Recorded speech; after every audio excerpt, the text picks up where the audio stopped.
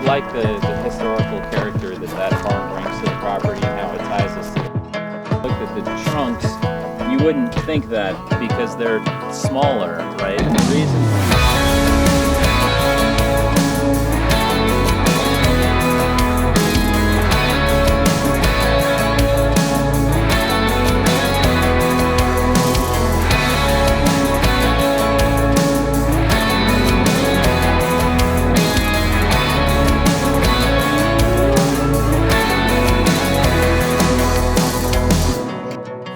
So I guess we'll start with you guys telling us a little bit about your story. I know that you were originally in Chicago and then headed to Seattle and then out here. So tell me about that journey. Yeah, so it started, you're right, exactly, in Chicago. And what's interesting is that neither one of us grew up around wine. So wine was something that we wasn't part of our DNA, as kids and even as really young adults. But when we first got married, I had already developed a little bit of an interest in it just from what started on a business trip when I had a glass of wine in New York one time that just kind of woke me up to what, wine was. It happened to be a glass of Opus One. And so that was kind of a good first glass to get excited about. And then we started to get into it a little bit more just as consumers. And the more we got into it and just kind of as our palates developed and we started buying better and better wines, at one point we were spending a decent amount of money on wine. Yeah. And she said to me, because I started buying Bordeaux Futures, and she said, hey, do you really know what you're doing? Maybe you should take a class. And so I found a class online, and it was the UC Davis extension course that was just this grape to glass, 101 overview. And it was a real college class, proctored exams and all of that. So she took it with me. I think for me, it just occurred to me that so many of the interests and passions that I've had in my life and just my natural inclination for mechanical things and equipment and tractors and this kind of thing, even though I really hadn't been exposed to a lot of farm life.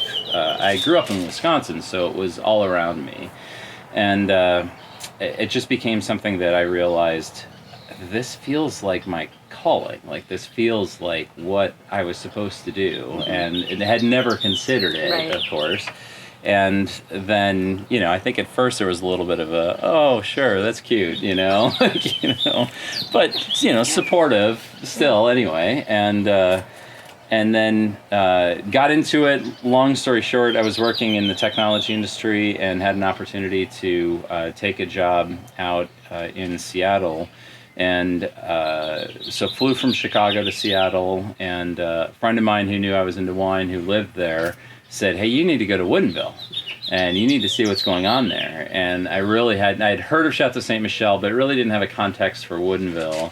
And so we went to Woodinville, and I was just kind of blown away. And all of a sudden it just sort of occurred to me that I could keep my day job in the technology industry, but then when you see the warehouse district and you see what people are doing there and how there are so many people that are kind of moonlighting as winemakers with technology day jobs or other kinds of day jobs, it just occurred to us that, we can actually, pursue this.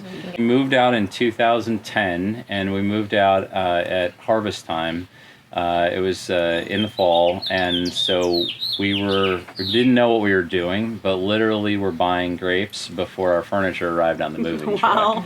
And we were just going to try and make wine at home at first. Right. We wanted nothing. To learn. We weren't expecting anything. Yeah. But in the process of buying grapes and getting connected with a couple people at the local wine shop, the brew winemaking supplies, I met some people who were like, hey, if you really want to, get some good grapes, you should go talk to these guys over in the warehouse district, and traded some contact information. And long story short, I, agreed to buy a couple 100 pounds of grapes from somebody over there, and they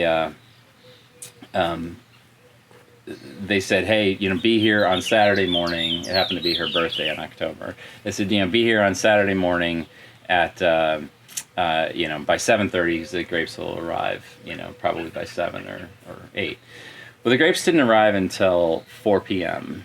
So what ended up happening was I had that entire day where I was standing there on the crush pad, and I'm like, well, as long as I'm here, like, put me to work. Just give me something to clean, or I'll shovel grape must or whatever.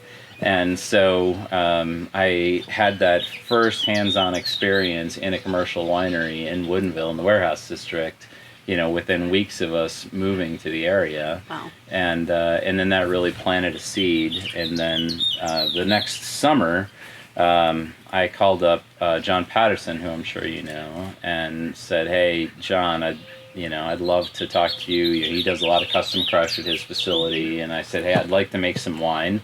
What would be involved, and could I work with you? And he tried to talk me out of it. And then he didn't. He was unsuccessful. So in 2011, we contracted 6 tons of grapes and made our first vintage. So then, same time, I enrolled in WSU, has a fantastic viticulture and enology program through the extension. So I went through both of those. Took some classes at South Seattle Community College at the amazing wine program down there. And it just kind of evolved, and then we decided that we were going to really make a go of it, and signed a lease for our own place in 2013, at the end of 2012, to open up in 2013. And so by harvest of 2013, we were doing all of our own crush in our own facility in Woodinville there.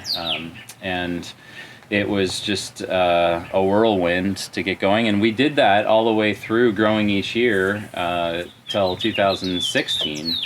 And then in 2016, we brought in about 52 tons of grapes into our small little spot in Woodinville, doing everything ourselves. It was Jen, her dad, and me doing all of that ourselves. And we had upgraded our equipment along the way, so we were at least equipped for it. But it was a tiny space, and it's just this gigantic game of Tetris to try and get things in and out all the time during harvest. And tasting rooms were all open during the day. Oh. So we couldn't move stuff out into the parking lot until night. So we did 10 all-nighters that year. 10 all-nighters in harvest of 2016. And we got done with that harvest and just said, we need to make a change. If we're serious about this thing, we need to go, kind of figure out what the next chapter is.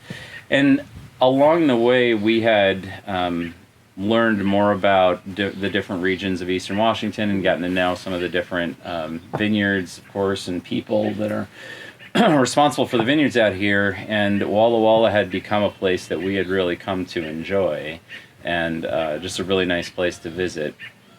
And so we decided that we would look for property here, and found this place. And it was outside of our budget at first, so we decided we couldn't make it work, and then just kept an eye on it. And then eventually we saw the price come down, and so we tried to jump on it, and connected through a friend of a friend, and they said, oh, it just went under contract. So we're like, oh man, it looked like the idyllic place. It had a house plus a vineyard and a lot of character, and there's a creek that runs through the property. There's a guest house that we could make available to wine club, etc. And so we just really had an opportunity to kind of, we thought, set up camp here. Right. So we were really disappointed when we found out it went under contract. And then literally the very next day, another friend of ours in the industry reached back out to us and said, hey, that house that was under contract just fell through.